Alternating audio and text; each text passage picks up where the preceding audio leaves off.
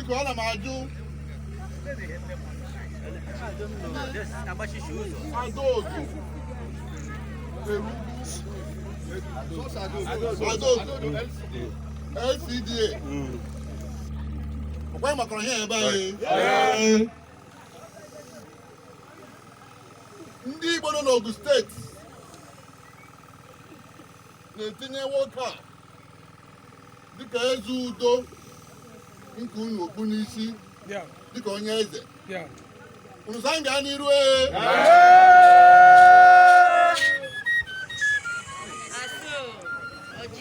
ọzọkwa unu sa nga n'iru egwu adịghị ya. Fagizi nke a anyị nwa bụ ndị eze na-asị dịka otu m kwuru mgbe m na-atụ nzu a sịrị m anyị na-akpọ ya about 30 minutes ago. Ya chief, why for ya?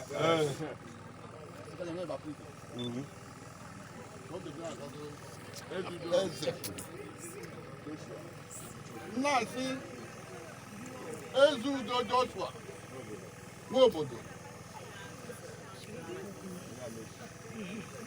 Ndị Igbo na-asị dịka ndị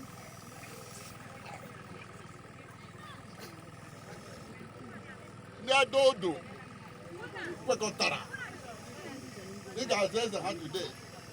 Anyị na-echi gị eze.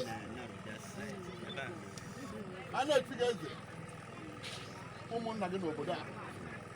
Anyị na-asị okwu a bụ okwu dị iche nke chiri gị eze. Anyị etighị ya n'isi na-asị ọ ga-adị mma na ekpe. Ọ ga-adị mma n'oye. Ọ ga-adị mma n'afọ. Ọ ga-adị mma n'aha Jizọs. Anyị na-asị okwu a amaghị ọkụ n'isi.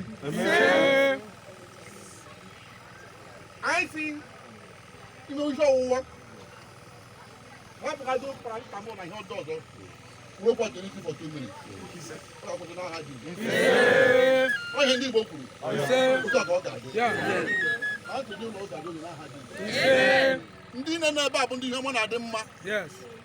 Ndị nne n'ebe a bụ ndị ihe ọma na-adị mma. Ebu m bụrụ ndị ihe ọma na-adị mma. Ihe ọma na-adị mma ha bịakwa jijọrọ kwa ihe ka nchikwu ya. Onye ihe ọma na-adị mma ya bịa sị anyị yọla. Anyị na-asị gị eze yọrọ n'aha Jizọs.